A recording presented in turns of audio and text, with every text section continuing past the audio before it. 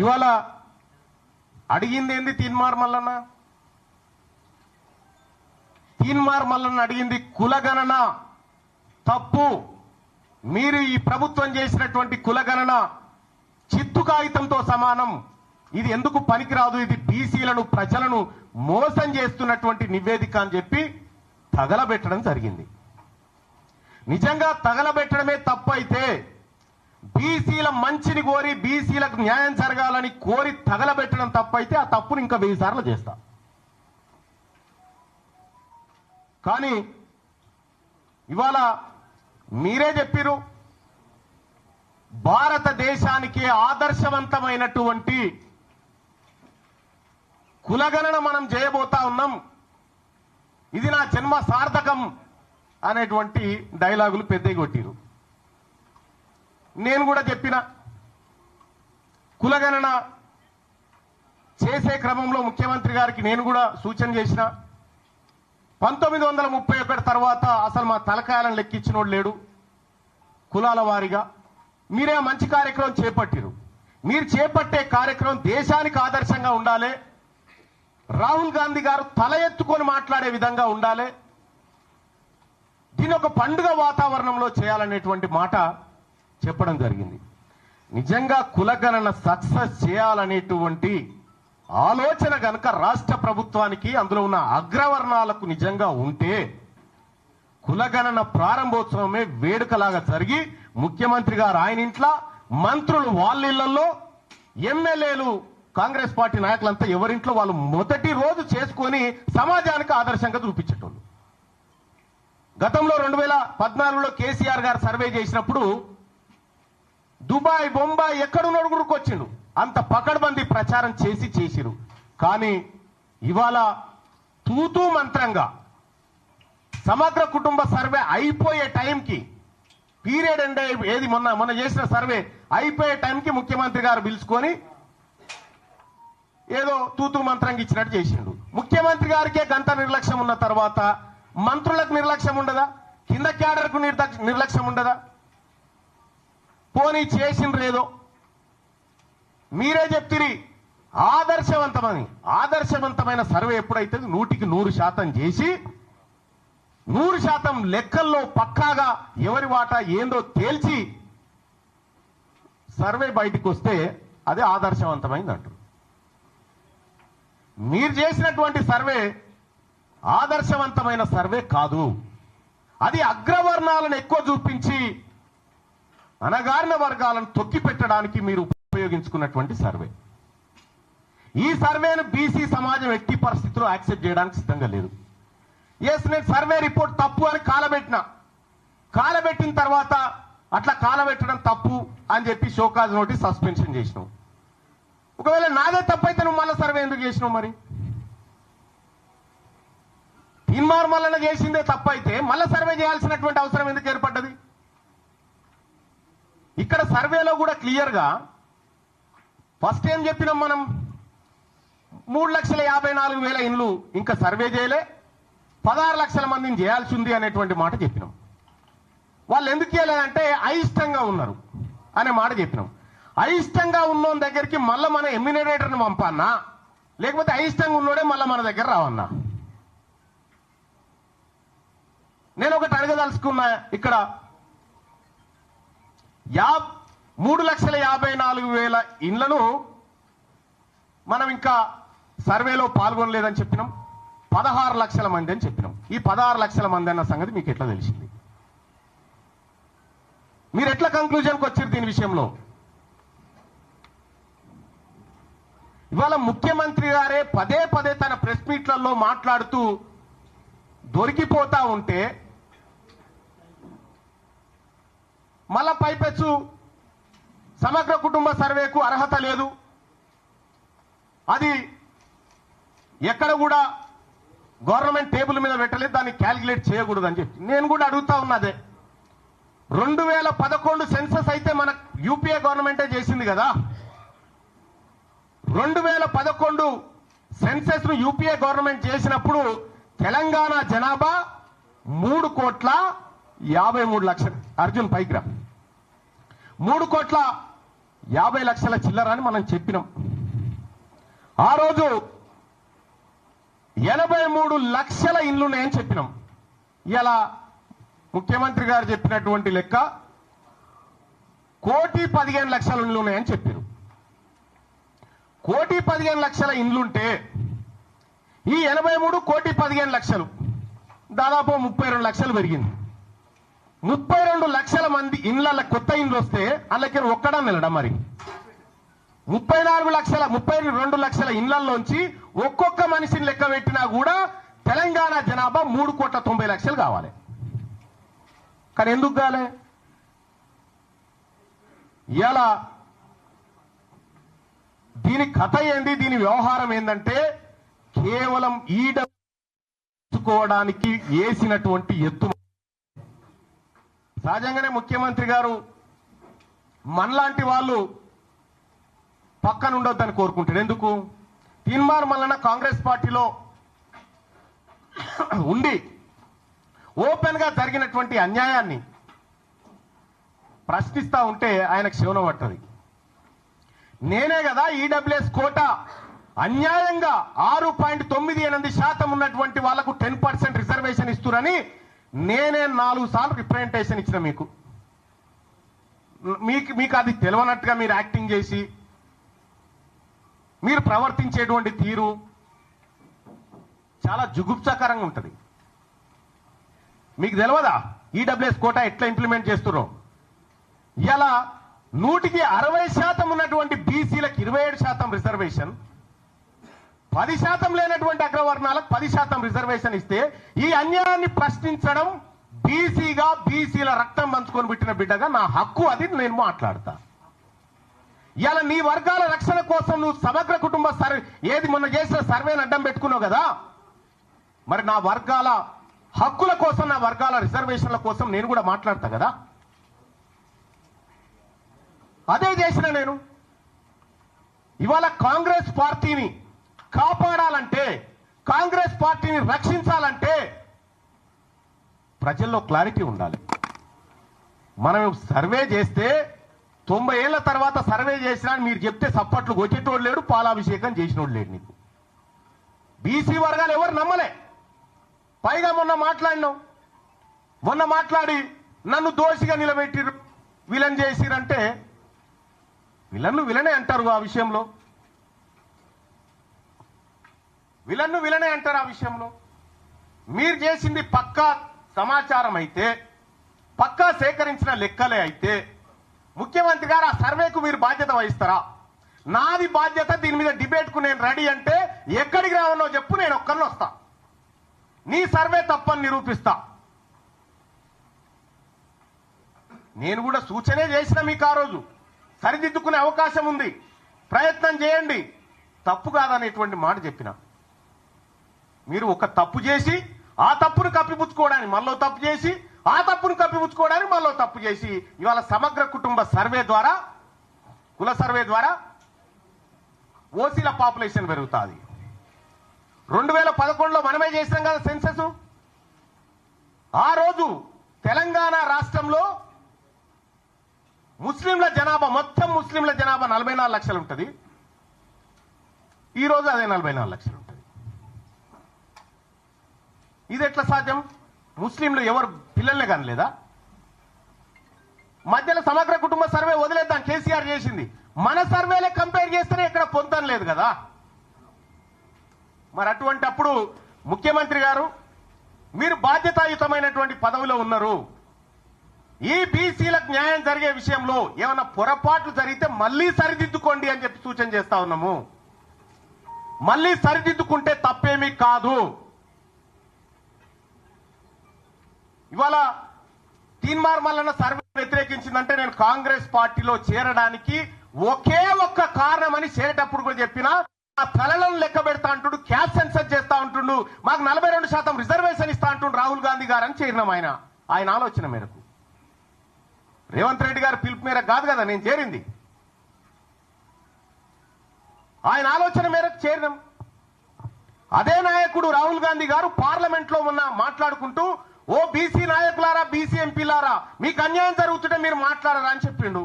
మరి ఆయన చెప్పిందే నేను చేస్తా ఉన్నా, ఆయన చెప్పిందే నేను చేస్తా ఉన్నా.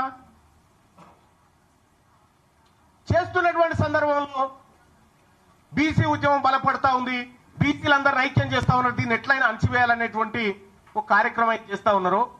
ఈ చరిత్ర ఇటువంటి వాళ్ళని కొన్ని వందల మందిని చూసింది గడ్డ ఈ నేల.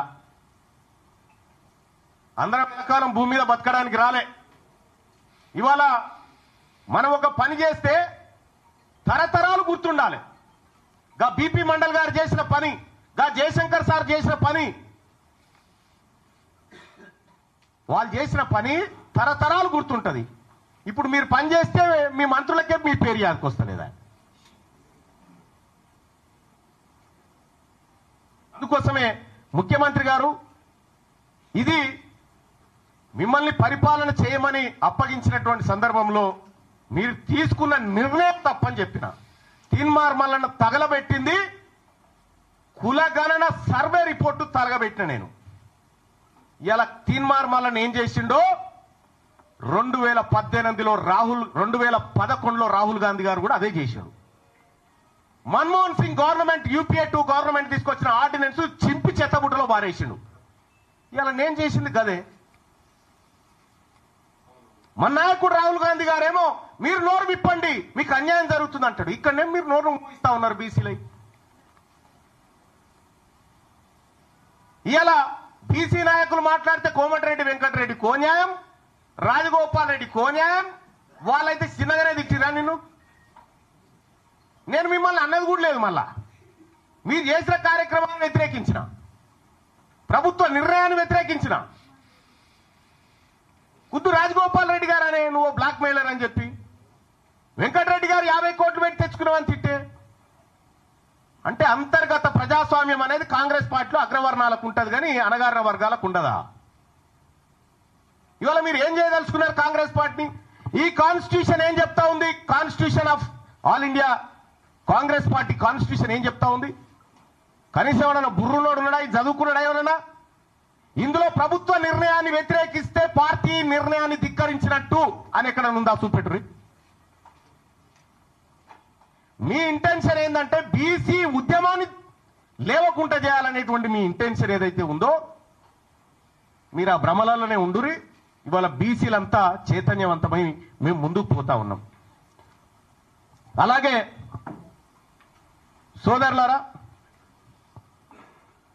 సోదరులారా, తెలంగాణ రాష్ట్రంలో కాంగ్రెస్ పార్టీ ప్రభుత్వం ఏర్పడడానికి తీన్మార్ మల్లన్న ఏం చేసిండో మీ ప్రజలందరికీ తెలుసు.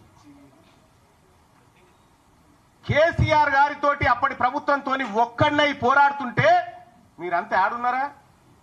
కాంగ్రెస్ పార్టీ కార్యకర్తలను పిట్టల లెక్క ఏరుతా ఉంటే ఆ రోజు క్యూ న్యూస్ వేదిక కాంగ్రెస్ పార్టీ కార్యకర్తలకు మరో గాంధీ భవన్ అయింది కదా. మీరు ఆడమన్నారు. అప్పుడు ఏడున్నారు మీరంతా?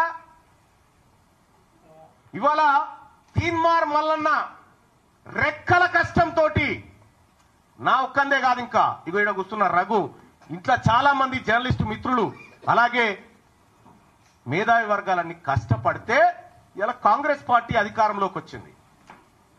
కాంగ్రెస్ పార్టీని ఏ ఒక్కరి అధికారం తేలే, అందులో నా పాత్ర కూడా ఉంది. నేను 45 నియోజకవర్గాల్లో తిరిగి క్యాంపెయిన్ చేస్తే 42 నియోజకవర్గాల్లో కాంగ్రెస్ పార్టీ గెలిచింది.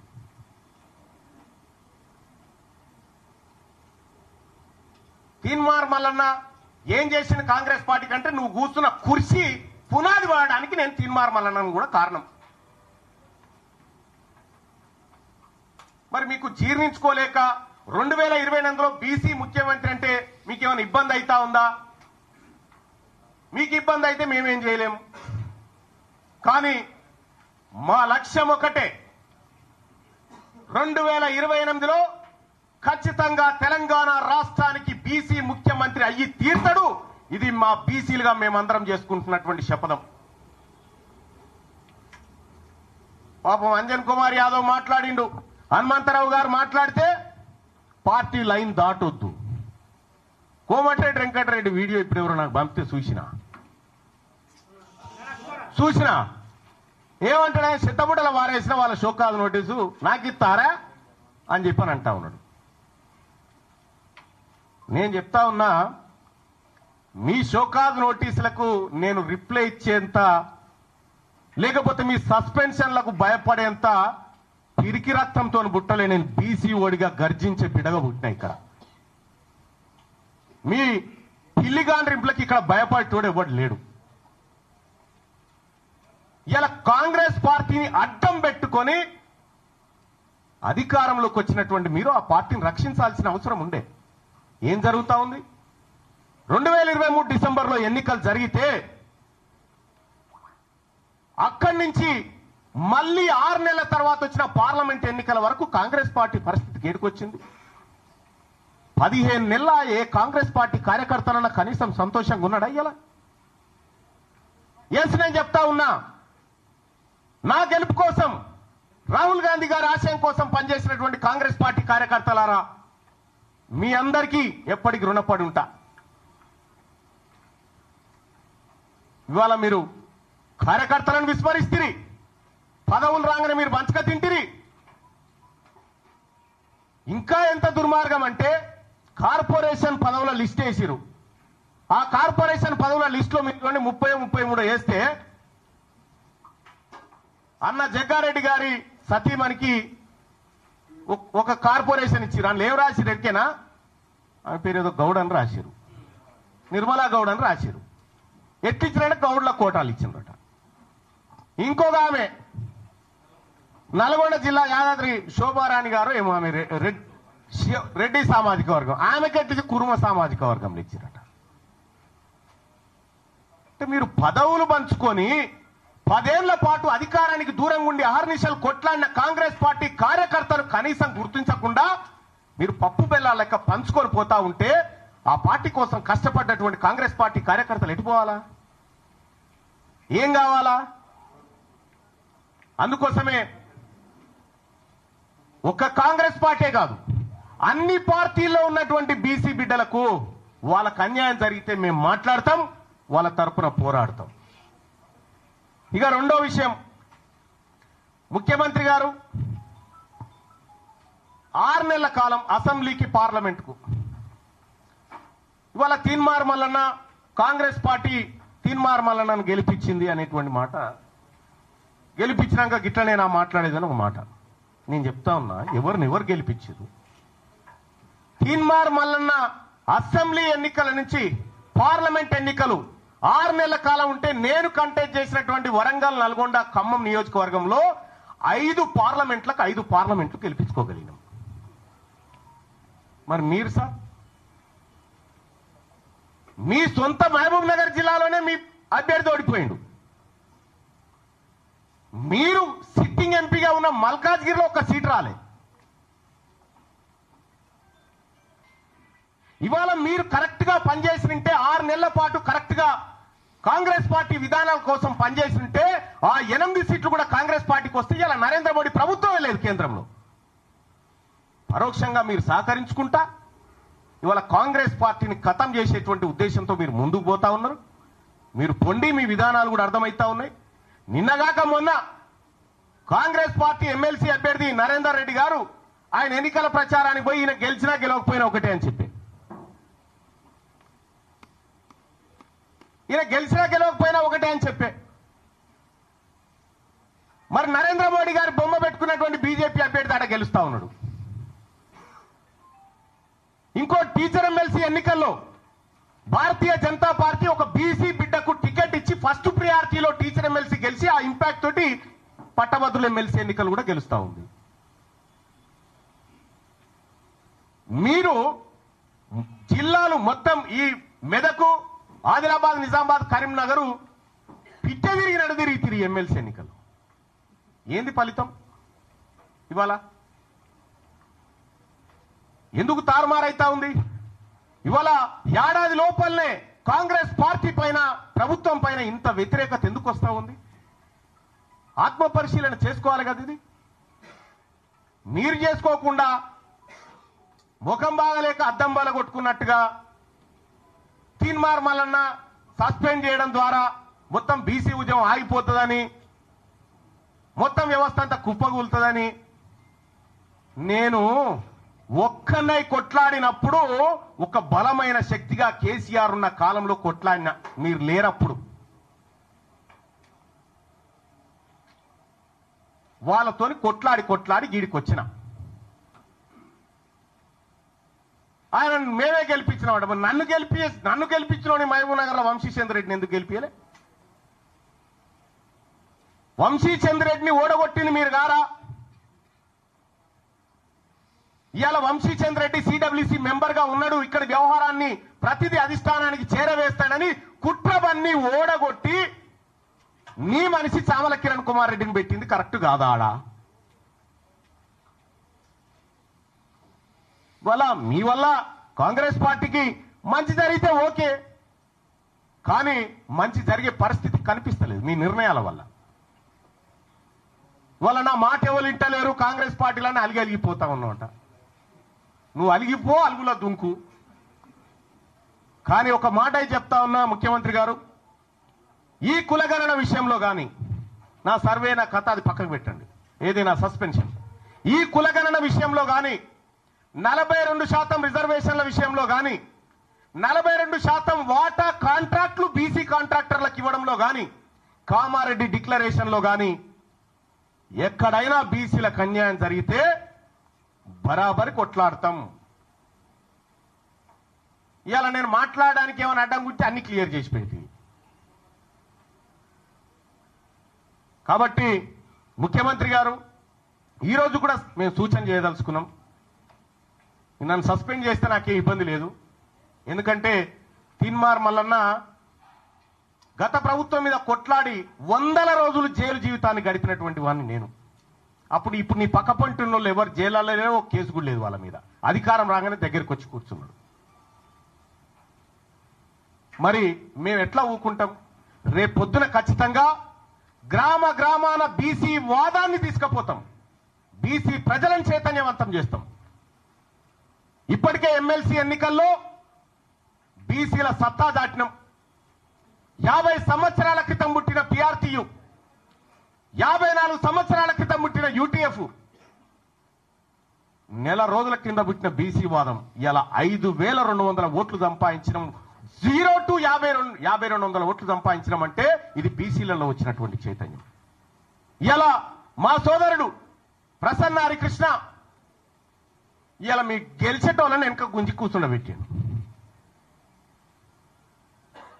మీతో సమానంగా పోటీ పడతా ఉన్నాడు. 125 ఏళ్ల కాంగ్రెస్ పార్టీ చరిత్ర, 45 ఏళ్ల బీజేపీ చరిత్రకు ఒక బీసీ బిడ్డ తలగొని పెడతా ఉన్నాడు ఆడ. ఇలా బీసీ వాదం తెలంగాణ రాష్ట్రంలో బలపడ్డ సూచనలు, మరింత బలీయ శక్తిగా మారుతున్న బీసీ వర్గాలను చూసి మీకు అక్కసు ఉంటే మేమేం చేయలేం. కానీ ఒకటైతే సత్యం, మేమింకా మీ మోచేతి నీళ్లు తాగి బ్రతికే పరిస్థితిలో లేము, ఉండం కూడా. రేపటి నుంచి బీసీలకు దక్కిన వాటా ఎంత, దక్కుతున్నదెంత, మా భూములు ఎన్నిపోతా ఉన్నాయి, మాకిచ్చిన సంపద ఎంత, మా ఉద్యోగాలెంత, మీ ఈడబ్ల్యూఎస్ కోటా ద్వారా 25,000 ఉద్యోగాలు దొంగతనంగా ఎత్తుకపోయిన లెక్కలు ప్రతిదీ బయట పెడతాం, మా ప్రజల్ని చైతన్యవంతం చేస్తాం. వాళ్ళ తీన్మార్ మల్లన్న సస్పెండ్, ఈ మేమందరం కష్టపడి సాధించినటువంటి కాంగ్రెస్ పార్టీ ప్రభుత్వాన్ని కూర్చోబెట్టి దాంట్లో కుర్చీలో కూర్చొని రేపు పొద్దుగాల కాంగ్రెస్ పార్టీని ఖతం చేస్తేనే నీకు ఇంకోటి అంటే కూడా ఆ పని కూడా చేసిపోతారు మీరు.